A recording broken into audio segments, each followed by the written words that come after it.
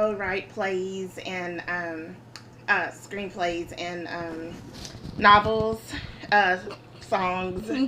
I write a lot of different things. But anyway, this is my novel that's coming out soon. The Wages Are the Gift. Christian fiction. Woohoo. We love Jesus. Yes. And I'm going to read an excerpt from it.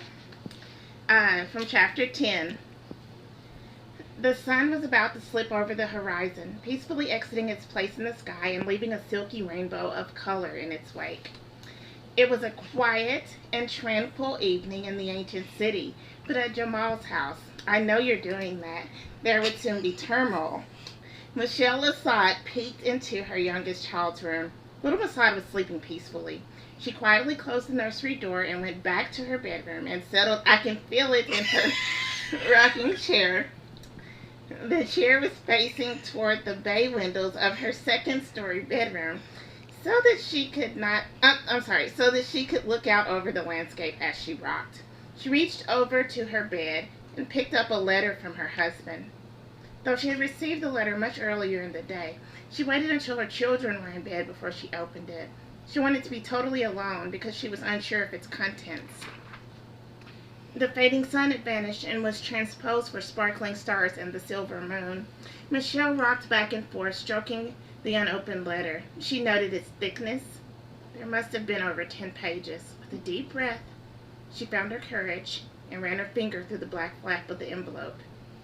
Dear Michelle, I'm sorry that I have to leave you, but after this letter, I'm sure you will never want to see me again. 5 years ago, I had an affair. It was with one of the models, and it lasted about 3 months. Our relationship was physical, but it was not sexual at first. I won't go into a lot of details, but we liked to play rough games with one another.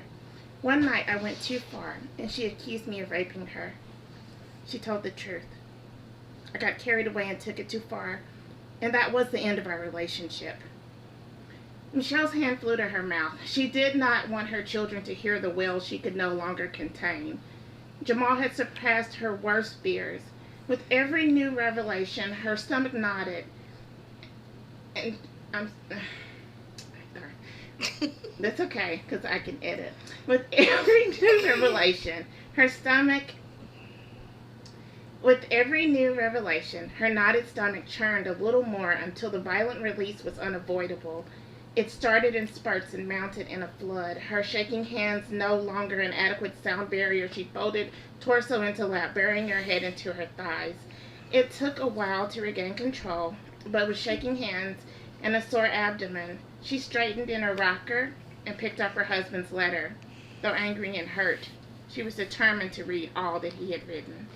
That's just a little bit of the book around chapter 10. There's a lot of things going on in this book. It's got adventure and travel and modeling and suspense and crooks. And it's a really good book. Summarizer of all of this, but that's good. I'm a bad summarizer. Yeah.